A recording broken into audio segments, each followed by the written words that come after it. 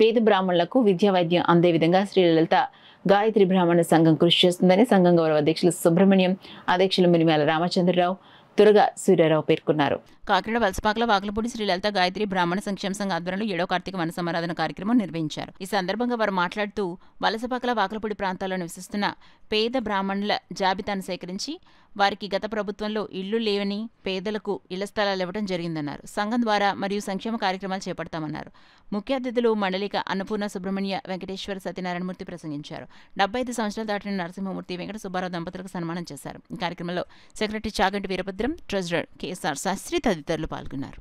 Needy పీపుల్కి help అవసరమైన వాళ్ళకి ఆరోగ్యము, ఎడ్యుకేషను, మిగతా ఎఫ్ఐఆర్ దేంట్లోనైనా సరే సహాయం చేయాలనే ఉద్దేశంతో మేము ఈ సంఘాన్ని స్థాపించాము.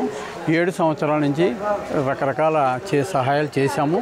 ఇంకా వృద్ధి చేయాలని మా తపన, ఆశయం.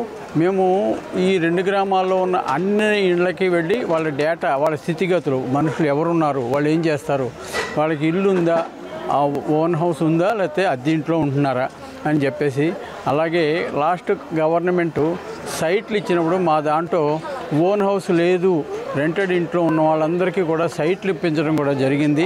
ఇలాగే మేము మా ప్రజలకి, మా బ్రాహ్మణ ఈ 2 సంఘాల్లో 2 గ్రామాల్లో ఉన్న బ్రాహ్మణ అవసరాలు ఉన్న వాళ్ళందరికీ తీర్చడమే మా ధ్యేయంగా పనిచేస్తాం. మనం ఏంటంటే ఏం చేస్తున్నామంటే ఎవరో వస్తున్నారు, ఎవరో పరిపాలిస్తున్నారని వెళ్ళిపోతున్నారు. కానీ బ్రాహ్మణులకు ప్రాతినిధ్యత ఇప్పటి వరకు ఇవ్వలేదు.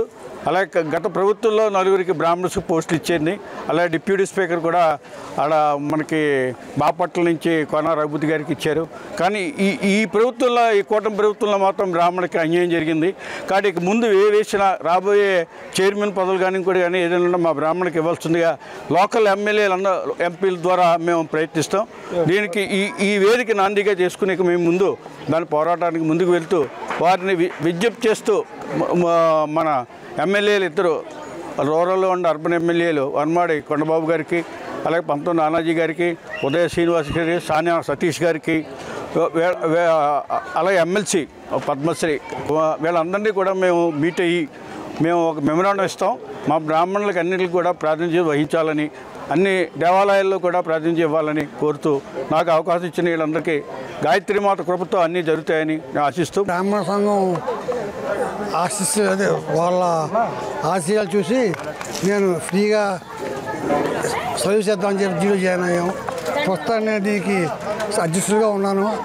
మేము కోవిడ్ టైంలో కూడా 20 సార్లు బ్రాహ్మణ కుటుంబాలకి, పేదవాళ్ళందరికీ కూడా మేము సరుకులు సరఫరా. అలాగే